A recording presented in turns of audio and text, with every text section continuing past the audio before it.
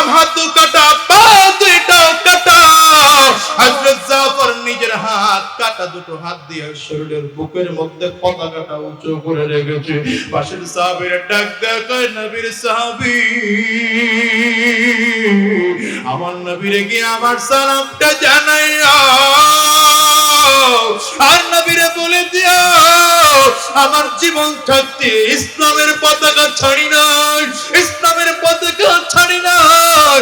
কিতাবের মধ্যে লেখে বদমাশ কাফিরেরা ধারালো অস্ত্র দিয়ে মাথার মধ্যে সজোরে আঘাত করেছে, এত জোরে আঘাত করেছে মাথাটা গিয়ে আলাদা এক জায়গায় পড়ে গেল, পাওটা গিয়ে আলাদা জায়গায় পড়ে গেল, দেহটা গিয়ে আলাদা জায়গায় পড়ে গেল। পতাকা আকাশের মধ্যে উঠতেছে, বাটওয়ালা পতাকা আকাশের মধ্যে উঠতেছে। আব্দুল্লাহ বিন রাওয়াহা আর উবাইদুল্লাহ ইবনে জাররাহ আর দুইজনে মিলে রওনা করলেন পতাকাটা নামার জন্য। মালিকের কুদরত বুঝা বড় দার। দূর থেকে আব্দুল্লাহ বিন রাওয়াহা তাকায় তাকায় দেখে পতাকাটা পত পত পত পত করে উঠতেছে। তাকায় বারবার করে মনে করলেন আমি যাওয়ার আগে আবার কে পতাকাটা নিয়ে গেল। হঠাৎ করে তাকায় দেখে জীবিত কোনো মানুষ নাই, জীবিত জিন্দা কোনো মানুষ নাই। ওই আব্দুল্লাহ তাকায় তাকায় দেখে জাফরের মাথাটা আলাদা করে একটা জায়গায় ছিটে পড়েছে, পাওটা গিয়ে পুরো শরীরটা আলাদা করে আরেকটা জায়গায় পতাকাটা উঠতে উঠতে গিয়া আব্দুল্লাহ বিন রাওয়াহা তাকায় দেখে জাফর বিন আবি তালেবের মুখের মধ্যে লাঠিটা পড়ে গেল, আর পতাকার পাটটা কামড়ায় ধইরা আসমানের দিকে উঁচু করে রেখে দিয়েছে। এটার নাম মুসলমান দুনিয়ার মানুষ। হিসাব কি মেলাইছো? আজকে ইসলামের জন্য তুমি একটু মার খাইতে চাও না, ইসলামের জন্য রক্ত দিতে চাও না। তোমার কি জানা আছে, তোমার কি জানা আছে মুসলমানদের রক্ত যেই জমিনে পড়ে ওই রক্তটাই মুসলমানদের জন্য আল্লাহ লিখে দেয়, ঠিক না বেটে? জোরে বলো। এই মেকার প্রান্তরে মুসলমানদের রক্ত ঝরেছে, লক্ষ বাহিনীকে পরাজিত করে 3000 মুসলমান বাহিনী বিজয় ছিনিয়ে এনেছে। ওই বদরের প্রান্তে মুসলমানদের রক্ত আর বিশ্বনবীর চোখের পানি ঝরেছে। আল্লাহর কসম, আল্লাহর কসম, বদরের যুদ্ধে হাজার হাজার কাফিরদেরকে পরাজিত করে মাত্র 313 জন সাহাবী বিজয় ছিনিয়ে নিয়ে এসেছে। এভাবে একটা দুইটা ঘটনা নয়, ওই মুসলমানের জন্য মৃত্যুর জন্য প্রস্তুতি নিতে হবে। বারবার করে মনে রাখতে হবে বেঈমান হয়ে বেঁচে থেকে লাভ নাই, বেঈমান হয়ে বেঁচে থেকে লাভ নাই, পাটপার হয়ে বাইচা থেকে লাভ নাই। ওই বাচ্চা আবু জাহেল বেঁচে ছিল, ওই বাচ্চা আবু লাহাব বেঁচে ছিল, ওই বাচ্চা তো আবু লাহাব, আবু জাহেল, উতবা, সাইবা এরাও বেঁচে ছিল, ওই উমাইয়া, উবাই ওরাও বেঁচে ছিল, আবার ভিন্ন দিকে আবু বকর সিদ্দিকও বেঁচে ছিল। কিন্তু তাদের বাচ্চাটা বাদশাহী বাচ্চা, বাদশাহী বাচ্চা দুনিয়াতে যতদিন বেঁচে ছিলেন বাদশাহী হয়ে বেঁচে ছিলেন, দুনিয়ার থেকে যখন বিদায় নিয়ে গেলেন এখন আজীবন মুসলমানদের কাছে প্রিয় পাত্র হিসেবে বেঁচেছেন, ঠিক কি না? ওই জাফর দুনিয়ার থেকে বিদায় হয়, উবাইদ ইবনে জাররাহ ডাক দিয়ে কয়, আমি আব্দুল্লাহ, আমি জাফর বিন আবি তালেবের সমস্ত শরীরের টুকরা টুকরা গুলোকে একত্রিত করে হাতের মধ্যে চুমু খাইলাম, পায়ের মধ্যে চুমু খাইলাম, পেটের মধ্যে চুমু খাইলাম। আব্দুল্লাহ আর ওই জাফর বিন আবি তালেবের কপালের মধ্যে চুমু খাইলাম, চুমু খাইয়া তারে জানাজা পড়ে দাফন করলাম। রাত্রিবেলায় স্বপ্ন দেখি, উবাইদুল্লাহ ডাক দিয়া কয়, রাত্রিবেলায় স্বপ্ন দেখি হযরত জাফর জান্নাতের মধ্যে পাখা দিয়ে ঘুরতেছে। আমি ডাক দিয়া কইলাম, ভাই কি ব্যাপার, আমার মালিক তোমার সাথে কেমন ব্যবহার করেছে? হযরত জাফর ডাক দিয়া কয়, আল্লাহর নবীর সাহাবী, আল্লাহ তাআলা আমার দিকে তাকায় বললেন, রে জাফর, তোমার আমলটা আমি আল্লাহর কাছে বড় পছন্দ হয়ে গেল, তুমি যে শহীদ হয়েছো আমি আল্লাহর কাছে বড় পছন্দ। আয় জাফর, তুমি কি চাও, তুমি কি চাও? যাও যাও, তোমার দুইটা পাখা দিয়ে দিলাম, জান্নাতের যে যেখানে তোমার ঘুরতে মনে চায় ফেরেশতাদের সাথে উড়ে উড়ে ঘুরে ঘুরে পুরো জান্নাত দেখতে থাকো। ওরে মুসলমান, মরণ তো লাগবে, আজ হোক কাল হোক মরণ একদিন লাগবে, লাগবে কিনা জোরে বলো। কার মরণটা কেমন হবে জানা নাই।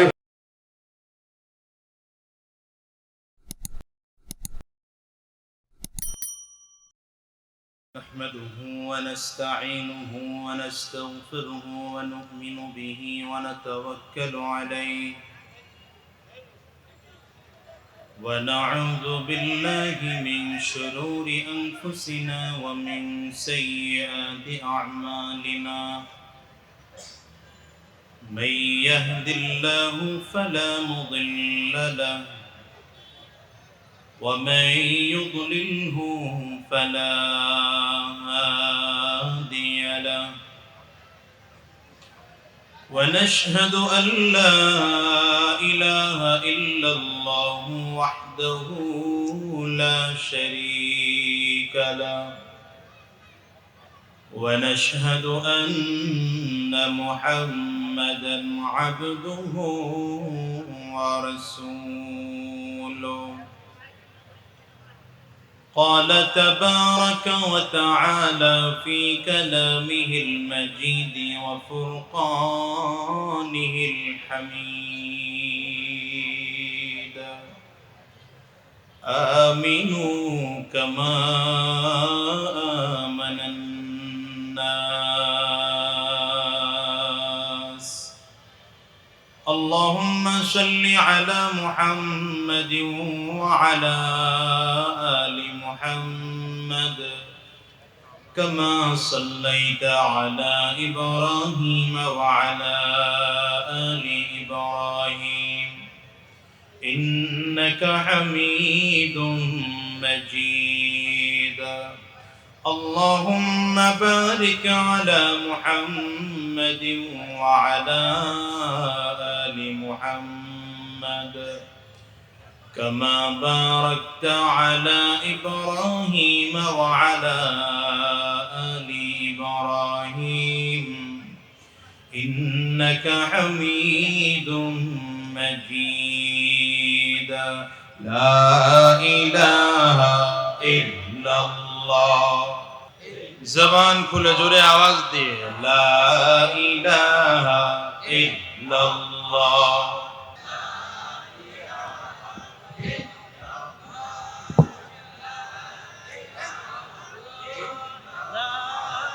لا إله إلا الله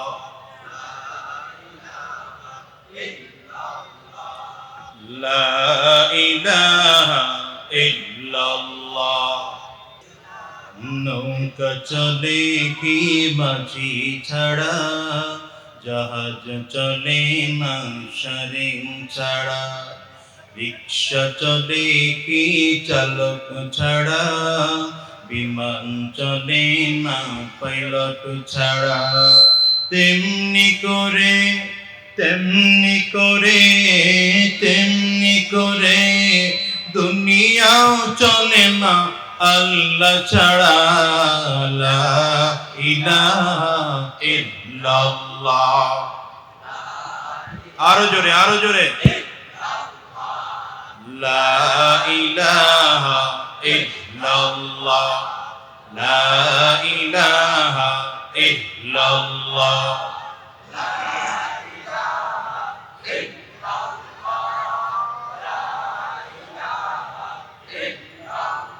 দুনিয়ার ছোট ঘর লাগে যদি কারিগর এই পৃথিবীর কি লাগবে না এত বড় পৃথিবী কারিগর ছাড়া কি তৈরি হতে পারে বলো না দুনিয়ার ছোট ঘর লাগে যদি কারিগর এই পৃথিবীর কি লাগবে না এত বড় পৃথিবী কারিগর ছাড়া কি তৈরি হতে পারে বলো না সেই কারিগর তো আল্লাহ তাআলা সেই কারিগর তো আল্লাহ তাআলা নেই কোনো মাবুদ তিনি ছাড়া লা ইলাহা ইল্লাল্লাহ।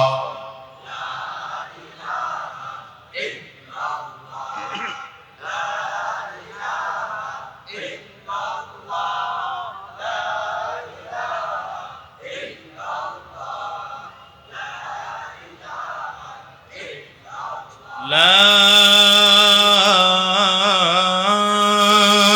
إله إلا الله محمد رسول الله। তালিমুল আখিরা মাদ্রাসা ঢাকার উদ্যোগে আয়োজিত চতুর্থ বার্ষিক ইসলামী মহাসম্মেলন। আজকের এই মহাসম্মেলনের সম্মানিত সভাপতি, সম্মানিত প্রধান অতিথি, বিশেষ অতিথি বৃন্দ, মঞ্চে উপস্থিত জাতির রাহবার, জাতির সরদার, সেরেতাজ হযরত উলামায়ে কেরাম,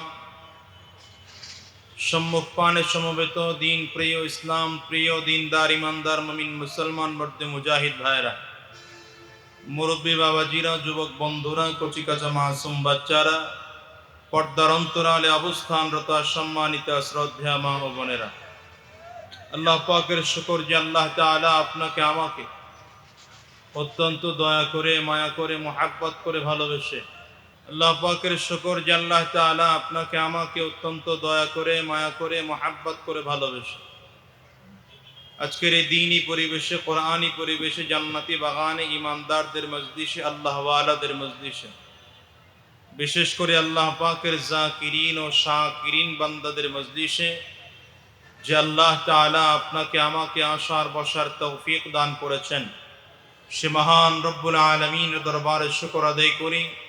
আমরা সকলেই জবান খুলে আওয়াজ দিয়ে চিৎকার করে জোরে সরে বলি আলহামদুলিল্লাহ। এই মাহফিলে এসে খুশি না বেজার? আওয়াজ দিয়ে জোরে বলুন, খুশি না বেজার?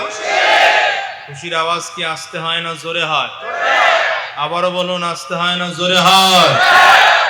সুতরাং আওয়াজ দিয়ে আরো জোরে সরে চিৎকার করে বলুন আলহামদুলিল্লাহ।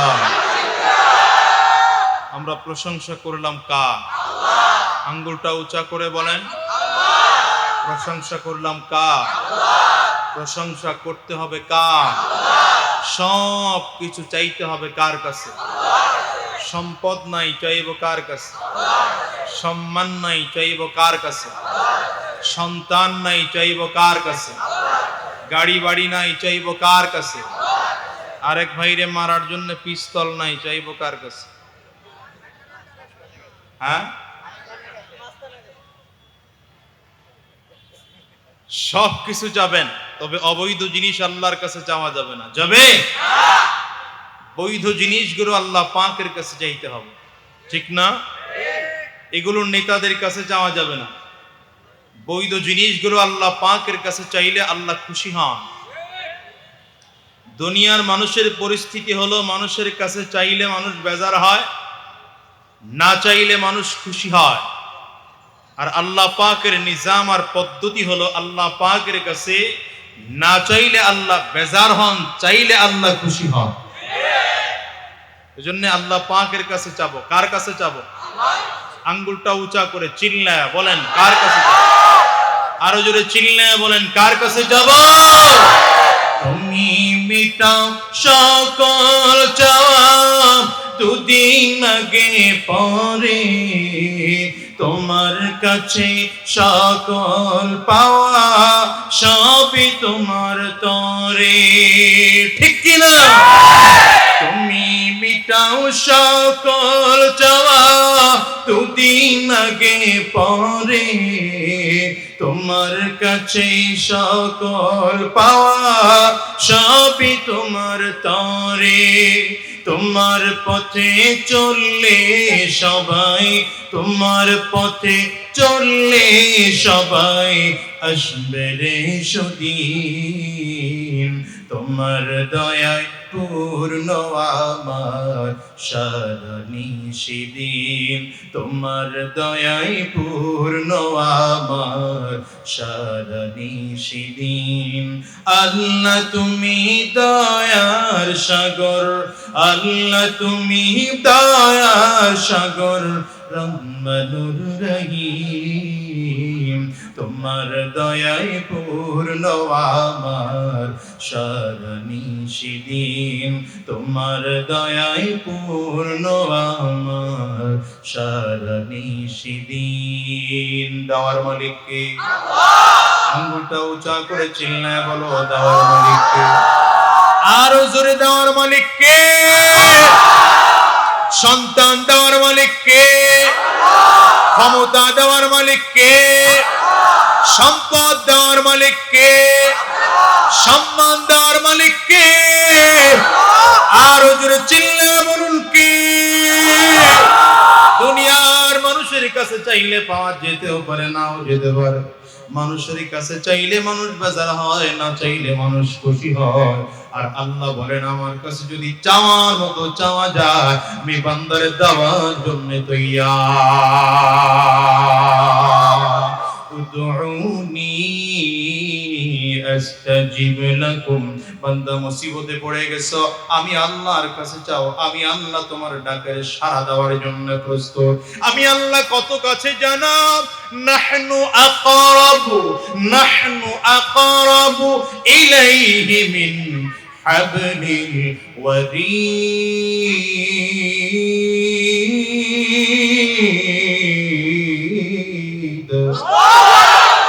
আমি আল্লাহ তোমার সার রগের চৌক আছে, ঘরের সার রগ তোমার চেয়ে যত কাছে, তার চেয়ে আমি আল্লাহ তোমার তত কাছে। আমি আল্লাহর কাছে চাইতে দেরি, দিতে দেরি না। এজন্য সব কিছু চাইবো কার কাছে? বলুন বলুন কার কাছে? আর ইমানদারেরা তো আল্লাহ ছাড়া কারো কাছে চাইতেই পারে না। বেঈমানরা আরেকজনের কাছে যাবে, তো ইমানদার আল্লাহ ছাড়া আর কারো কাছে যাবে না, ঠিক না? বিপদ থেকে মুক্তির জন্য বলবে তো আল্লাহর কাছে বলবে, মুসিবত থেকে মুক্তির জন্য বলবে তো আল্লাহর কাছে বলবে, অভাব দূর করার জন্য বলবে তো আল্লাহর কাছে বলবে, ক্ষমতা চাইবে তো আল্লাহর কাছে চাইবে। মাজারে গিয়া সাজদা দিয়া মুসলমান যাবে না, ঠিক না?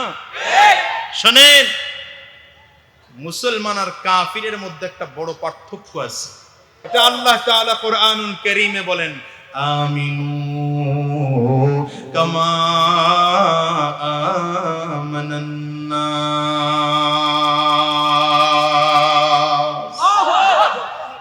ওয়া ইযা ক্বিলা লাহুম আমিনু কামা আমানান নাস قالوا أنؤمن كما آمن السفهاء ألا إنهم هم السفهاء ولكن لا يعلمون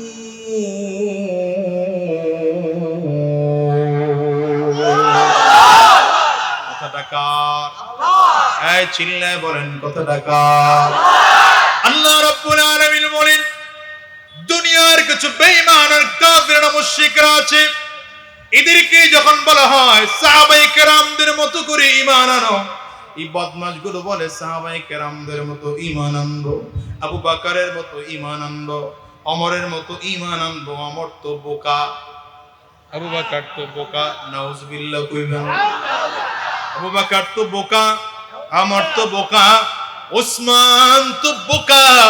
বোকা মানুষদের মতো কেন আমরা ঈমান আনবো? আল্লাহ তাআলা কাফিরদের জবাব দিয়ে নিজেই বলেন, আলা ইন্নাহুম হুমুস সুফাহা। সাবধান সাবধান, আমার উলামায়ে কেরামদেরকে কাফির আর মুশরিকরা তোমরা জঙ্গি কয়া গালি দিও না, তোমরা আসলে জঙ্গি। হয়তো অনেকে প্রশ্ন করবেন, হুজুর সুফাহার অর্থ আপনি জঙ্গি বললেন কেন? আমি বলবো এই জন্য, আল্লাহ তাআলা সাহাবায়ে কেরামদের গালির জবাবে আয়াত নাযিল করেছেন, আলা ইন্নাহুম হুমুস সুফাহা, আমার সাহাবীরা বোকা না, বোকা তোমরা। আমার কাছে তো মনে হয় কোরআন যদি আজকের এই জামানায় নাজিল হতো, কোরআন যদি এই যুগে নাজিল হতো, আলেমদেরকে দেখলে যারা জঙ্গি কয়ে গালি দেয়, আলেমদেরকে দেখলে যারা রাজাকার বলে গালি দেয়, আলেমদেরকে দেখলে যারা উগ্রবাদ বলে গালি দেয়, আল্লাহ তাআলা ওদের বিরুদ্ধে এভাবে আয়াত নাজিল করত, আলা ইন্নাহুম হুমুল জঙ্গি ওয়ালাকিন লা ইয়াশউরুন, আলা ইন্নাহুম হুমুল রাজাকার ওয়ালাকিন লা ইয়াফকাহুন। কথা কয় না, আলা ইন্নাহুম হুমুল উগরুমাত ওয়ালাকিন লা ইয়ালামুন। আল্লাহ তাআলা হয়তো আজকের কোরআন নাজিল হলে এভাবে আয়াত নাজিল করতেন, যারা আলেমদেরকে জঙ্গি বলে গালি দাও, আলেমদেরকে রাজাকার বলে গালি দাও, আলেমদেরকে উগ্রবাদ বলে গালি দাও, খোদার কসম করে বলি, উলামায়ে কেরাম রাজাকার নয়, উলামায়ে কেরাম জঙ্গি নয়, উলামায়ে কেরাম সন্ত্রাস নয়। যারা উলামায়ে কেরামদেরকে রাজাকার আর জঙ্গি বলে গালি দেয়, হিসাব মিলিয়ে দেখো ওদের ঘরে রাজাকার। আমরা যাদের জঙ্গি বলো, জঙ্গি আসলে তারা নয়, দাড়ি টুপি পাগড়ি হলো সুন্নতেরই পরিচয়। একমত, সবাই একমত? এই দাড়ি আর এই টুপি আর এই জুব্বা এটা জঙ্গির পোশাক নয়, এটা আমার নবীর সুন্নতের পোশাক। আই জোরে বলুন, কিসের পোশাক? মাদ্রাসায় জঙ্গির ট্রেনিং দেওয়া হয়, রাজাকারের ট্রেনিং দেওয়া হয়, উগ্রবাদের ট্রেনিং দেওয়া হয়। কোরআন পড়ে মানুষ জঙ্গি হয় না, বরঞ্চ কোরআন পড়ে সত্যিকার চরিত্রবান মানুষ।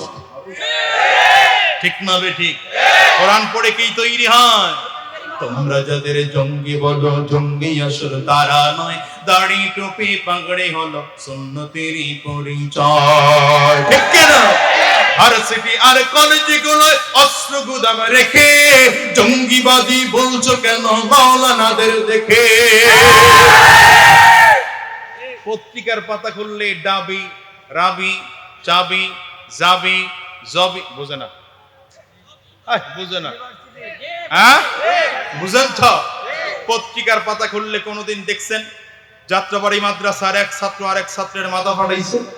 মাদারীনগর মাদ্রাসার শিক্ষকদের বিরুদ্ধে ছাত্রদের জনরোষ তৈরি হয়েছে। মালিবাগ মাদ্রাসার উস্তাদের বহিষ্কারের বিরুদ্ধে ছাত্ররা কঠোর আন্দোলন করেছে। ফরিদাবাদ মাদ্রাসা বন্ধের জন্য ছাত্ররা আন্দোলন করেছে। কথা বলেন না কেন? সুতরাং বোঝা গেল মাদ্রাসায় জঙ্গি হয় না, মাদ্রাসায় উগ্রবাদ হয় না, মাদ্রাসায় রাজাকার তৈরি হয় না, মাদ্রাসায় সত্যিকার মানুষ তৈরি হয়।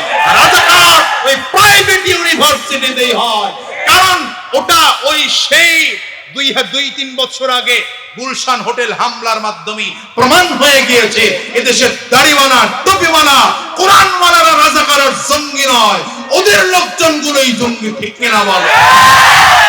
ভার্সিটি আর কলেজগুলো অস্ত্র গুদাম রেখে জঙ্গিবাদী বলছো কেন মাওলানাদের দেখে? খুঁজে দেখো মাদ্রাসাতে অস্ত্র পাওয়া নাহি যায়, খুঁজে দেখো মাদ্রাসাতে অস্ত্র পাওয়া নাহি যায়। তোমরা যাদের জঙ্গি বলো, জঙ্গি আসলে তারা নয়, দাড়ি টুপি পাগড়ি হলো সুন্নতেরই পরিচয়। আমার ভাইরা, তো আল্লাহ কি বললেন? আমিনু কামা আমানান নাস।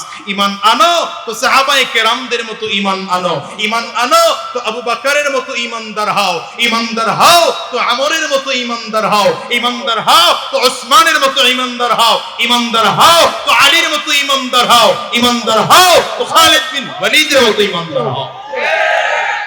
কারণ সাহাবায়ে কেরামের ঈমান আর আপনার আমার ঈমানে আসমান জমিন তফাত আছে না নাই? আপনার আমার ঈমান হলো কচু পাতার পানির মতো, আর সাহাবায়ে কেরামদের ঈমান রক্ত আসবে, গুলি আসবে, তীর আসবে, সব বুকে লাগবে, পিঠে লাগবে না। বুকে লাগবে, পিঠে লাগবে না। মুসলমান মরতে জানে, জীবন দিতে জানে, ইসলাম থেকে সরতে জানে না। কেন? কারণ কি? আল্লাহ তাআলা এই জন্যই বলেছেন মুমিন আর মুসলমানদের উদাহরণ হলো, মুমিন মুসলমান মৃত্যুর পরেও জীবিত। বুঝেন নাই? আশ্চর্য ঘটনা জীবনেও শোনেন নাই? মুমিন মুসলমান মৃত্যুর পরেও জীবিত, আর কাফিররা মরার আগেই মৃত। ডাক্তারের কাছে মেডিকেলে গেলে ডাক্তারের কাছে ডাক্তার ডেথ সার্টিফিকেট কখন দিবে সে বারবার করে হাতে টিপ দিয়ে রক্ত সচল আছে কিনা বারবার টেস্ট করে। কথা বলেন না? অক্সিজেন লাগিয়ে বারবার চেষ্টা করে শ্বাস সঞ্চালন রাখার জন্য।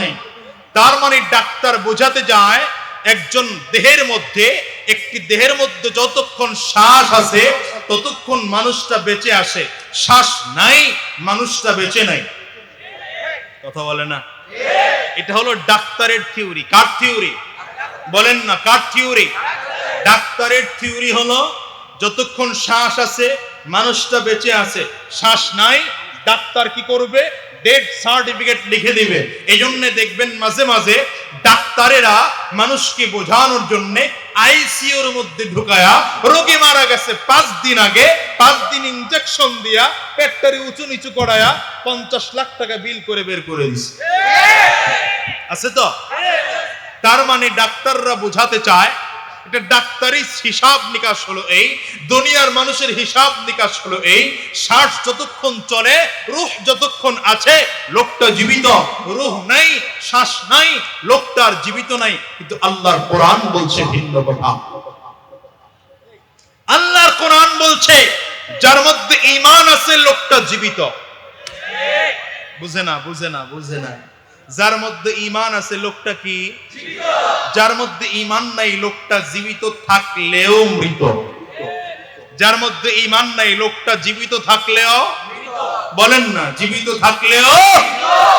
সাহাবায়ে কেরামদের জামাত 313 জনের বাহিনী নিয়ে বিশ্বনবী রাহমাতুল আলামিন চলে আসলেন বদরের প্রান্তরে। বদরের প্রান্তরে এসে দেখলেন কাফির আর মুশরিকদের সৈন্য হাজার হাজার দেখা যায়। নবীজি ভয় পেয়ে গেলেন। মানুষ তো মানুষ হিসেবে একটু দিলে ভয় আসতে পারে। সাহাবায়ে কেরাম সব ঘুমিয়ে গেছে। নবীজির রাত্রের ঘুম নাই। নবীজি খিমাত থেকে বের হয়ে, তাঁবু থেকে বের হয়ে বদরের প্রান্তরে কিনারায় গিয়ে জায় নামাজ বিছিয়ে নামাজ পড়ে, 2 রাকাত নামাজ পড়ে হাত উঁচু করে চিৎকার করে করে নবীজি কান্না শুরু করেছে। আল্লাহু আকবার বলবেন না? নবীজি চোখের পানিগুলো ছেড়ে কাঁদতেছেন আর বলতেছেন, পায় আল্লাহ, আপনি তো ওয়াদা করেছিলেন বদরের যুদ্ধে মুসলমানদের বিজয় দিবেন, কিন্তু বাহ্যিক দৃষ্টিতে মুসলমানদের সংখ্যা আর কাফিরদের সংখ্যা মিলিয়ে দেখতেছি মুসলমানদের বিজয় হওয়ার কোনো সম্ভাবনা নাই। মুসলমান অস্ত্রে দুর্বল, জনতার দিক দিয়ে দুর্বল, সব দিক দিয়ে দুর্বল, জায়গার দিক দিয়ে দুর্বল। কাফিররা ফারুককে ডেকে উঠালেন, ওসমানকে ডেকে উঠালেন, আলী রাদিয়াল্লাহু আনহুকে। সব সাহাবীরা নবীজিকে ঘিরে ধরেছেন আর নবীজিকে বারবার করে বলছেন, পয়গম্বর আপনি কাঁদবেন না, আপনি কাঁদবেন না। আপনি যদি কাঁদেন আমরা সহ্য করতে পারি না, আপনার কান্না আমাদের সহ্য হয় না। বারবার বারবার করে সাহাবায়ে কেরাম এভাবে বললে বিশ্বনবী রাহমাতুল লিল আলামিনের কান্না মোটে বন্ধ হয় না। বুখারীর বর্ণনাতে এসেছে আবু বকর সিদ্দিক রাদিয়াল্লাহু আনহু নবীজির হাতটাকে আস্তে বুকের মধ্যে লাগিয়ে দিয়ে চিৎকার করে সজোরে কাঁদতে শুরু করেছেন আর বলতে আরম্ভ করেছেন, হাসবুকা ইয়া রাসূলুল্লাহ, হাসবুকা ইয়া রাসূলুল্লাহ। পয়গম্বর আপনি চোখের পানি ছেড়ে কাঁদবেন না, যথেষ্ট কান্নাকাটি হয়েছে আপনার, আপনি আর কাঁদবেন না। যুদ্ধের ময়দানে যুদ্ধ করার জন্য আমরা আপনার সাথে প্রস্তুত আছি। প্রয়োজনে আপনার ডানে আমরা যুদ্ধ করব, প্রয়োজনে আমরা আপনার বামে যুদ্ধ করব, প্রয়োজনে আমরা আপনার পেছনে যুদ্ধ করব, প্রয়োজনে আমরা আপনার সামনে যুদ্ধ করব। পয়গম্বর না না, আপনি কান্না করবেন না, যথেষ্ট কান্নাকাটি হয়েছে আপনার। হযরত ওমর ফারুক রাদিয়াল্লাহু আনহু বিশ্বনবীর সামনে দাঁড়াইয়া চিৎকার করে ডাক দিয়ে বললেন, পয়গম্বর আপনি একা সাক্ষী থাকেন, আমি আপনাকে সাক্ষী রেখে বললাম আপনার 313 জন সাহাবী লাগবে না, আমি একা আমর আপনার এই কাফেরদের বিরুদ্ধে যুদ্ধ করতে তৈয়ার। নবী আমার সাহাবায়ে কেরামদের প্রতিশ্রুতি শুনে কান্না বন্ধ করে দিলেন। হযরত ওমর ফারুকের দিকে তাকিয়ে বিশ্ব নবী ডেকে বললেন, আমার কি ব্যাপার? এতগুলো সাহাবী সাহস পাইল না। 313 জনের কেউ যদি না থাকে, 313 জনের 12 জন যদি চলে যায়, তুমি একা আমর কেমন করে এই এতগুলো মানুষের সামনে যুদ্ধ করবে? হযরত ওমর ফারুক ডাক দিয়া বললেন, পয়গম্বর, আপনি না বললেন কাফির যারা যাদের মধ্যে ঈমান নাই ওরা মৃত, সুতরাং 1000 2000 5000 10000 কেন 1 লক্ষ কাফির যদি হয় ওদের মধ্যে ঈমান নাই, সুতরাং ওরা মৃত। আর আমি আমরের মধ্যে ঈমান আছে, আমি জীবিত মানুষ, সেইয়া মৃতদের বিরুদ্ধে যুদ্ধ করতে আমার ভয় না। যাদের মধ্যে ঈমান আছে তারা জীবিত, যাদের মধ্যে ঈমান নাই তারা মৃত। জোরে বলেন ঠিক কিনা? যাদের মধ্যে ঈমান আছে তারা জীবিত, মরে গেলেও তারা জীবিত। আল্লাহু আকবার, চিল্লা! যাদের মধ্যে ঈমান আছে এরা মরে গেলেও জীবিত, যাদের মধ্যে ঈমান নাই তারা বেঁচে থাকলেও মৃত। আবু জাহাল বেঁচে থাকলেও মৃত, আমার আহারে ওই আবু লাহাব উতবা সাহেবায়েরা জীবিত থাকলেও মৃত। কারণ আল্লাহ তাআলা কোরআনুল কারীমের মধ্যে আবু জাহাল আবু লাহাব উতবা সাহেবার কাছে বিশ্ব নবী যখন বারবার করে দাওয়াত দিতে যান, বারবার করে আবু লাহাব বিশ্ব নবীকে ফিরিয়ে দেয়, বারবার করে আবু জাহাল বিশ্ব নবীকে ফিরিয়ে দেয়, বারবার করে উতবা সাহেবা বিশ্ব নবীকে ফিরিয়ে দেয়। বিশ্ব নবীকে সান্ত্বনা দেওয়ার জন্য আল্লাহ তাআলা আয়াত নাযিল করলেন, পয়গম্বর টেনশন করবেন না, আপনার কথা আমরা কোনোদিন শুনবে না। কারণ হলো যারা অন্ধ, যারা মৃত, এরা কোনোদিন আপনার ডাকের সাড়া দিতে পারবে না। ইন্নাকা লা তুসমিউল মাউতা ওয়া লা তুসমিউস সুম্মাদ দুআ ইযা ওয়াল্লাউ মুদবিরিন। আল্লাহু আকবার। পয়গম্বর মৃত মানুষ আপনার কথা শুনবে না। আবু জাহাল আপনি দেখতেছেন ওর পা আছে, চোখ আছে, নাক আছে, কান আছে, সব আছে, কথা বলতে পারে, সব ঠিক আছে, কিন্তু আবু জাহালের মধ্যে ঈমান গ্রহণ করার মতো শক্তি ওদের নাই। ওরা মৃত, ওদের মধ্যে আপনার কথাগুলো ঢুকবে না। আপনার দাওয়াত দিয়ে তোদের সম্মান প্রয়োজন নাই। পয়গম্বর আপনি টেনশন করবেন না। আবু জাহাল আবু লাহাব উতবা সাহেবা নামের যতগুলো লোক আছে এরা সব মৃত, আপনার দাওয়াত গ্রহণ না করলেও অসুবিধা না। ওদিকে আমার আল্লাহ তাআলা কি বলতেছেন? সাহাবায়ে কেরাম যুদ্ধ করতে করতে দুনিয়া থেকে বিদায় হয়ে গেলেন। সাহাবায়ে কেরামদের লাশ কবরে দাফন হয়ে গেল। ওই হানজালার লাশ কবরে দাফন হয়ে গেল, কিন্তু আল্লাহ তাআলা তাদের ব্যাপারে চমৎকার করে ঘোষণা করতেছেন, ওয়ালা তাকুলু লিমান ইউকতালু ফি সাবিলিল্লাহি আমওয়াত বাল আহইয়াউ ওয়ালাকিন লা তাশউরুন।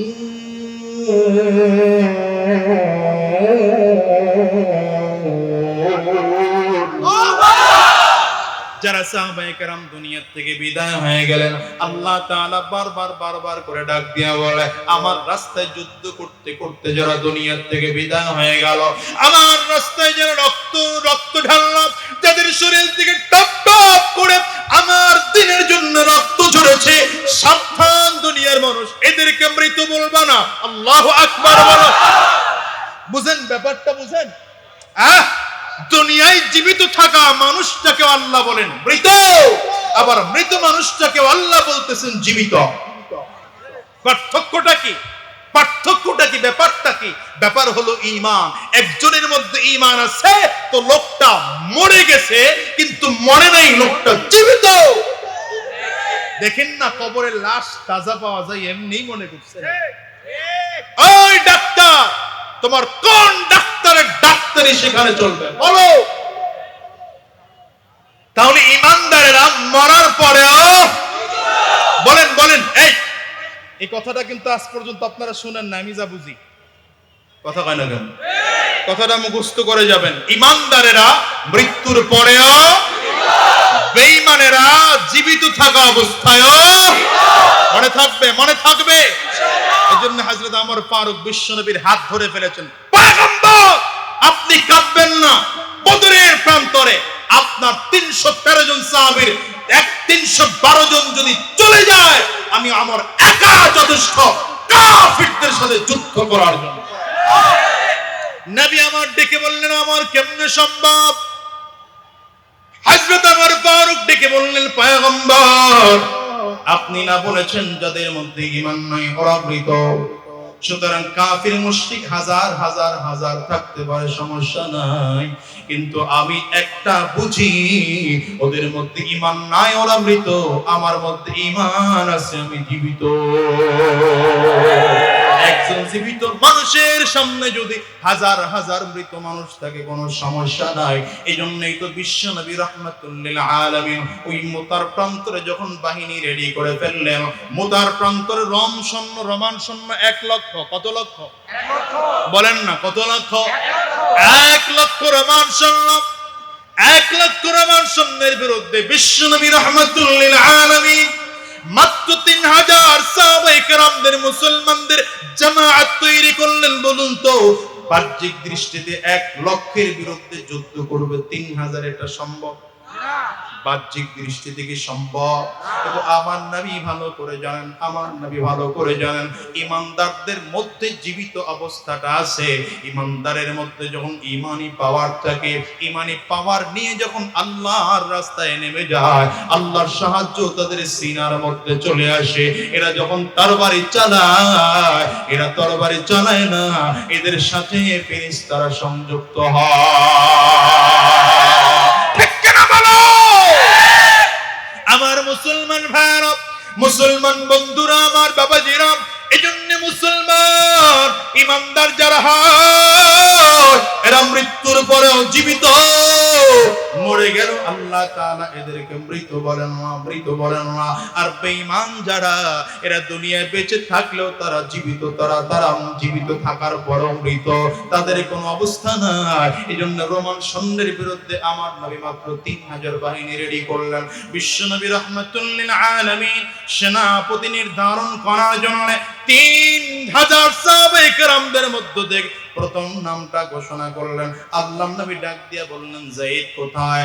আমার পালক পুত্র যায়েদ বিন হারেসা কোথায়? একটু দাঁড়িয়ে যাও। যায়েদ বিন হারেসা রাদিয়াল্লাহু আনহু দাঁড়িয়ে গেলেন। বিশ্বনবী রাহমাতুল লিল আলামিন ডাক দিয়া কয়, আমার এই আজকে রোমানদের বিরুদ্ধে মুতার প্রান্তরে যুদ্ধের সেনাপতি, প্রথম নম্বর সেনাপতির দায়িত্ব পালন করবে আমার সন্তান যায়েদ। যায়েদ বসে গেলেন। বিশ্বনবী রাহমাতুল লিল আলামিন আবার ডাক দিলেন, আমার চাচাতো ভাই জাফর বিন আবি তালিব কোথায়? জাফর বিন আবি তালিব তিনিও দাঁড়িয়ে গেলেন। বিশ্বনবী রাহমাতুল লিল আলামিন ডেকে বললেন, মুতার প্রান্তরে বেঈমানদের বিরুদ্ধে যুদ্ধ করতে করতে করতে যদি আমার সন্তান যায়েদ দুনিয়া থেকে বিদায় হয়ে যায়, এরপরে সেনাপতির দায়িত্ব পালন করবে আমার চাচাতো ভাই জাফর বিন আবি তালিব। বিশ্বনবী রাহমাতুল লিল আলামিন এবার তাকে বসায় দিলেন। এবার আল্লাহর নবী দ্বিতীয় 3 নম্বরে ডাক দিলেন, আব্দুল্লাহ বিন রাওয়াহা কোথায়? আব্দুল্লাহ বিন রাওয়াহা তিনিও দাঁড়িয়ে গেলেন। আল্লাহর নবী ডাক দিয়া কয়, জাফর বিন আবি তালিব যদি দুনিয়া থেকে বিদায় হয়ে যায়, অর্থাৎ মুতার প্রান্তরের 2 নম্বর সেনাপতি যদি দুনিয়া থেকে বিদায় হয়ে যায়, তাইলে 3 নম্বরের সেনাপতির দায়িত্ব পালন করবে আব্দুল্লাহ বিন রাওয়াহা। নবী আমার ডাক দিয়া কয়, শোনো, আব্দুল্লাহ বিন রাওয়াহা যদি দুনিয়া থেকে যুদ্ধ করতে করতে শহীদ হয়ে যায়, এরপরে তোমরা প্রস্তুতি নিয়ে উপস্থিতির মধ্যে একজনকে সেনাপতি বানায় ফেলাইবা। আমার বন্ধুরা, আমার প্রশ্ন করি, আপনারা বলুন তো, যুদ্ধের ময়দানে যুদ্ধ পরিচালনা করার জন্য সেনাপতির কয়জন দরকার হয়? একজন সেনাপতির প্রয়োজন হয়।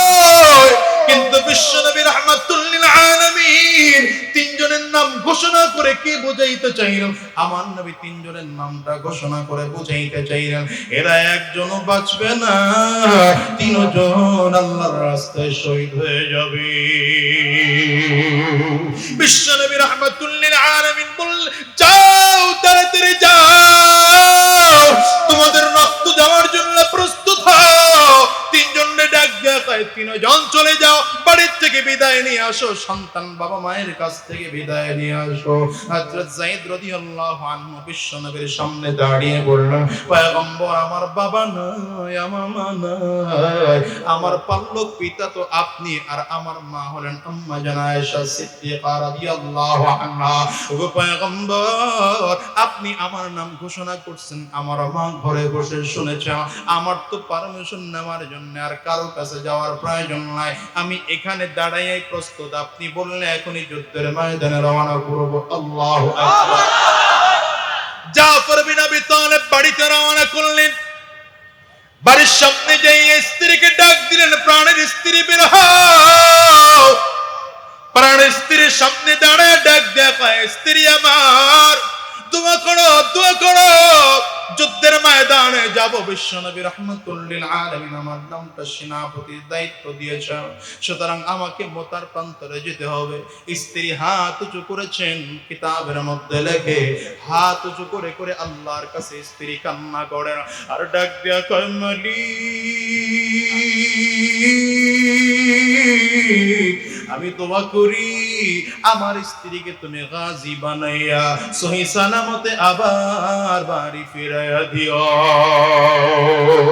কিতাবের মধ্যে লেখে জাফর বিন আবি তালিব যখন লক্ষ্য করলেন স্ত্রী হাত উঁচু করে গাজী হওয়ার দোয়া করতেছেন, গাজী হওয়ার দোয়া করতেছেন, ফিরে আসার দোয়া করতেছেন, তার বাড়ির বাট দেয়া হাতের মধ্যে হালকা করে আঘাত করে হাত নামায়া দিল।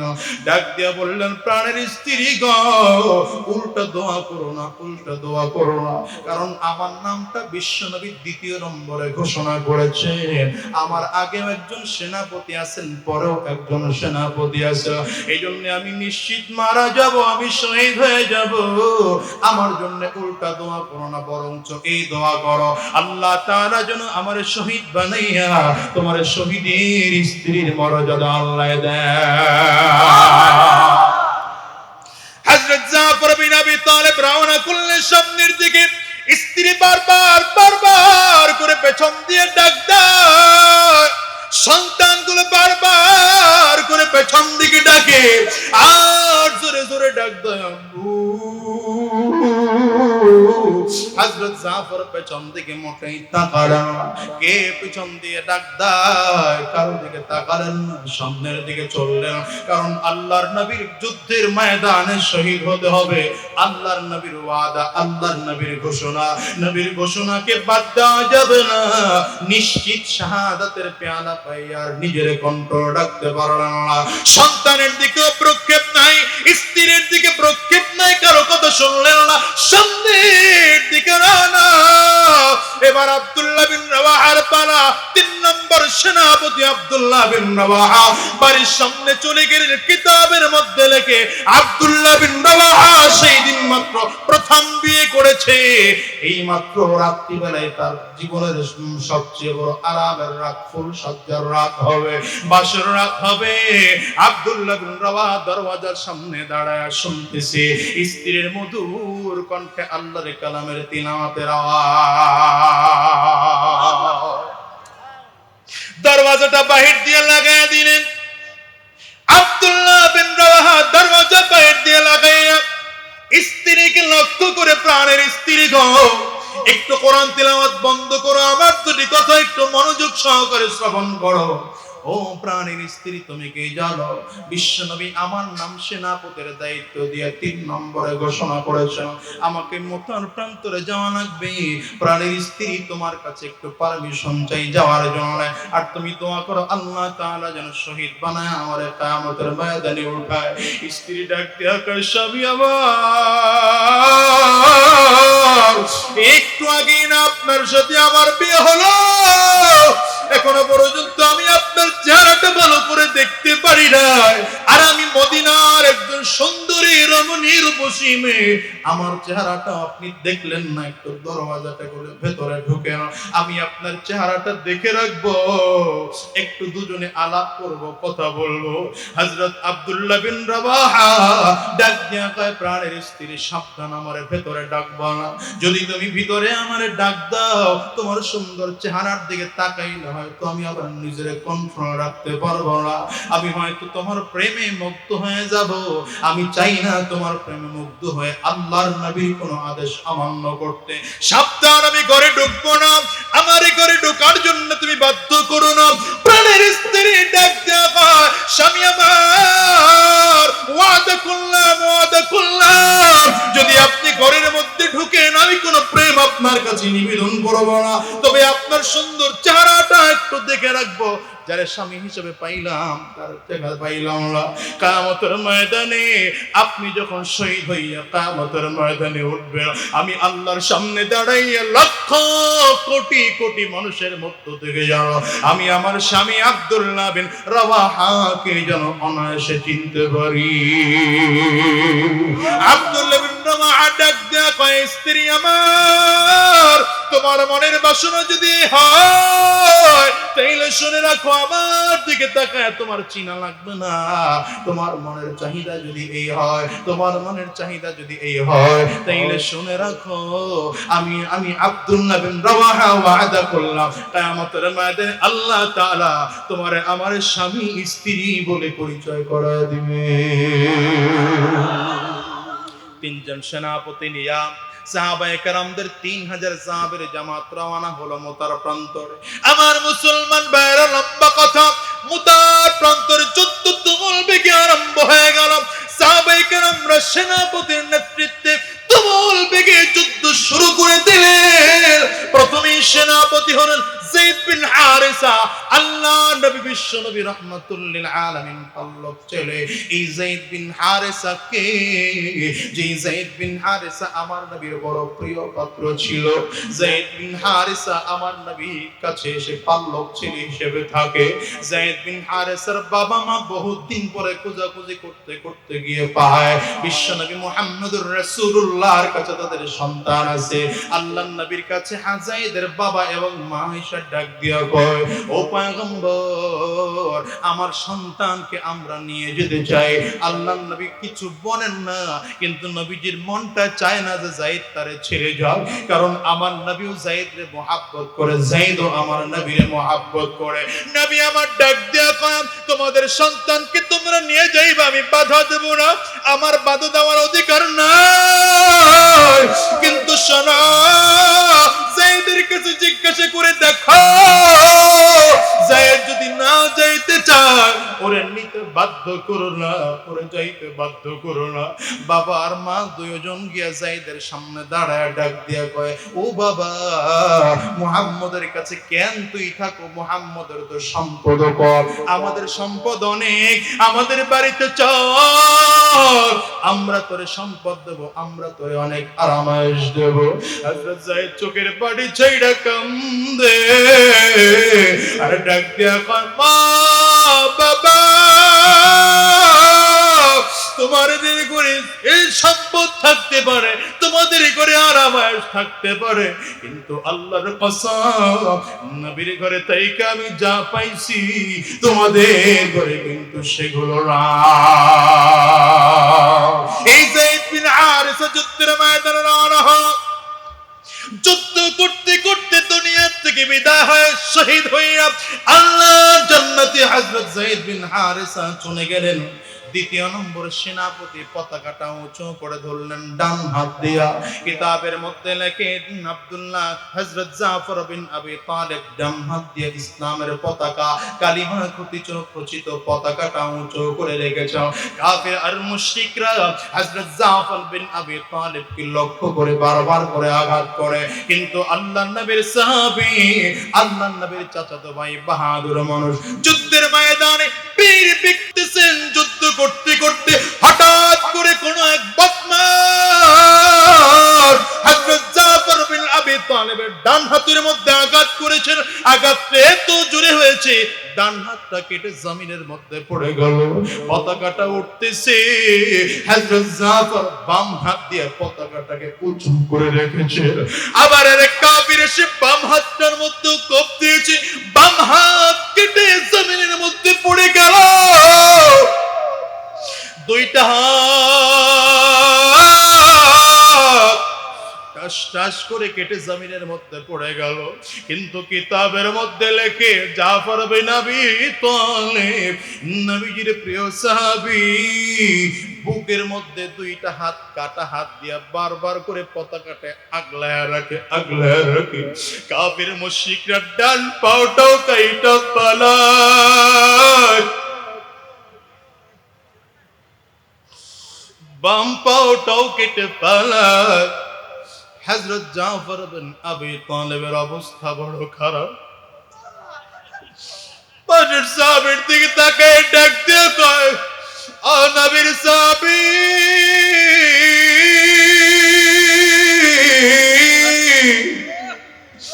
আমার হাত দুইটাও কাটা, পাও দুইটাও কাটা, রক্ত চারিদিক থেকে top top top top top top করে পড়তেছে। আমি মনে হয় আর বেশিক্ষণ বাঁচব না, তবে আমার নবীর কাছে গিয়ে আমার সালামটা দিও। আর নবীরে গিয়া বইল, ওগো নবীজি, আপনার সাহাবী জাফর যতক্ষণ শরীরে প্রাণ ছিল জীবনের বিনিময়ে পতাকা ছাড়ে না।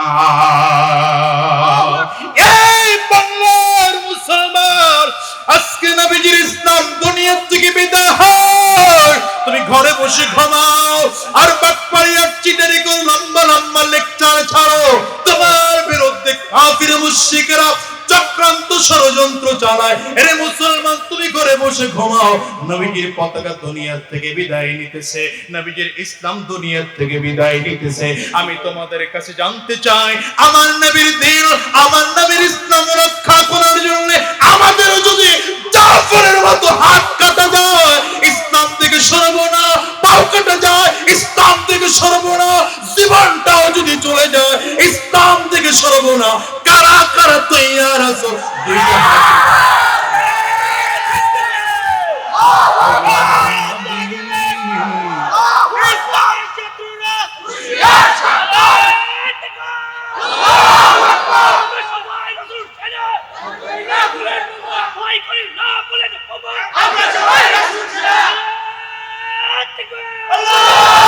চিৎকার করে জোরে ডাক দাও আল্লাহ,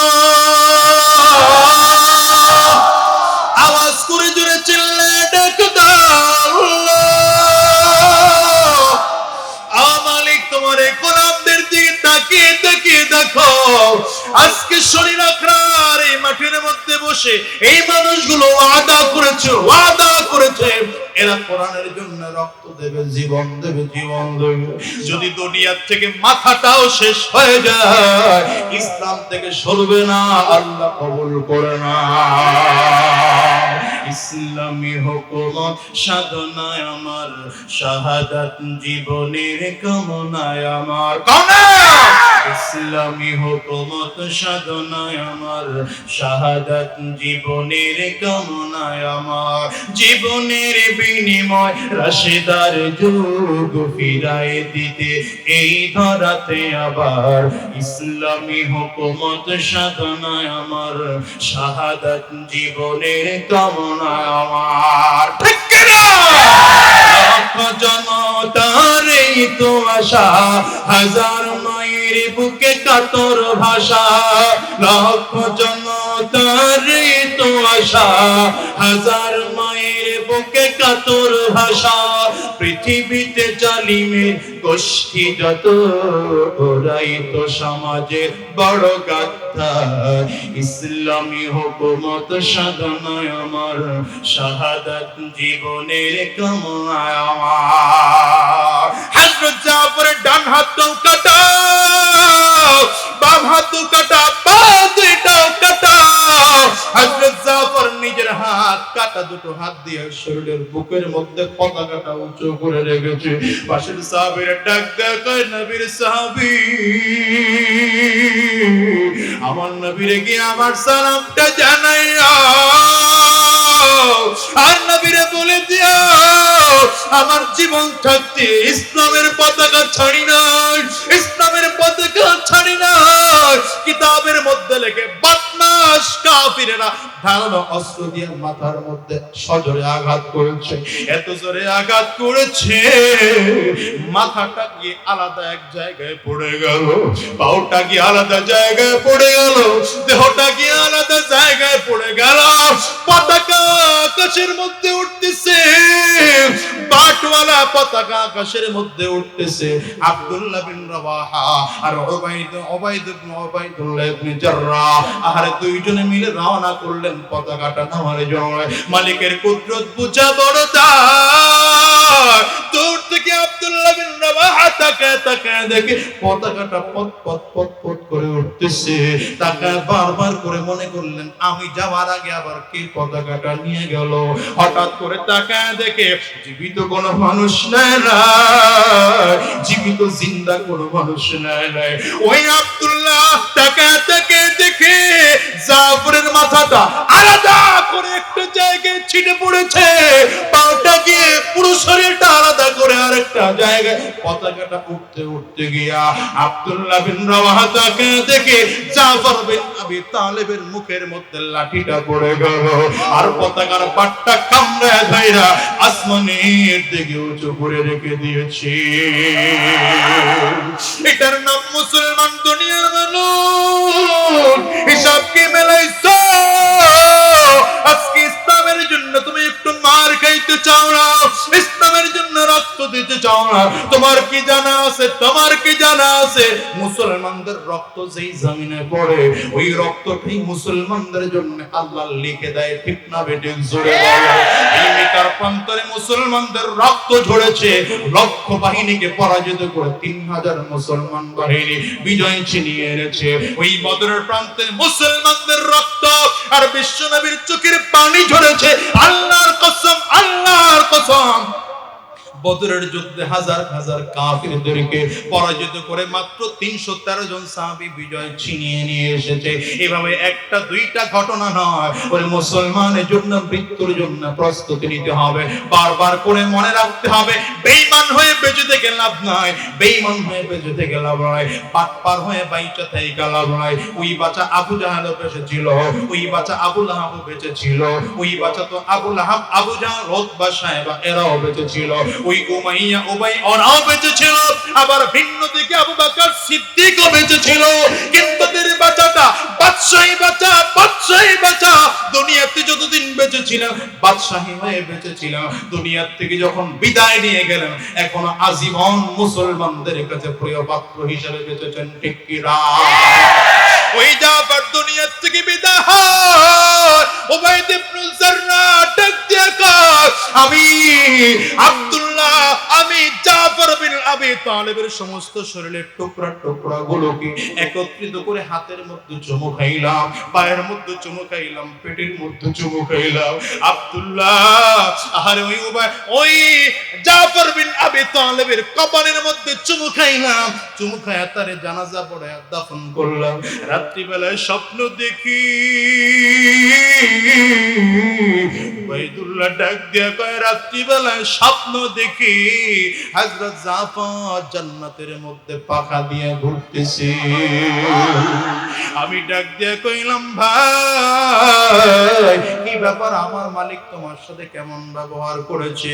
হযরত জাফর ডাক দিয়া কয়, আল্লাহর নবীর সাহাবী, আল্লাহ তাআলা আমার দিকে তাকায় বললেন, রে জাফর, আর তোমার আমলটা আমি আল্লাহর কাছে বড় পছন্দ হয়ে গেল। তুমি যে শহীদ হয়েছো আমি আল্লাহর কাছে বড় পছন্দ। আয় জাফর, তুমি কি চাও, তুমি কি চাও? যাও যাও, তোমার দুইটা পাখা দিয়ে দিলাম, জান্নাতের যেখানে তোমার ঘুরতে মনে চায় ফেরেশতাদের সাথে উড়ে উড়ে ঘুরে ঘুরে পুরো জান্নাত দেখতে থাকো। ওরে মুসলমান, মরণ তো লাগবে, আজ হোক কাল হোক মরণ একদিন লাগবে, লাগবে কিনা জোরে বলো। কার মরণটা কেমন হবে জানা নাই।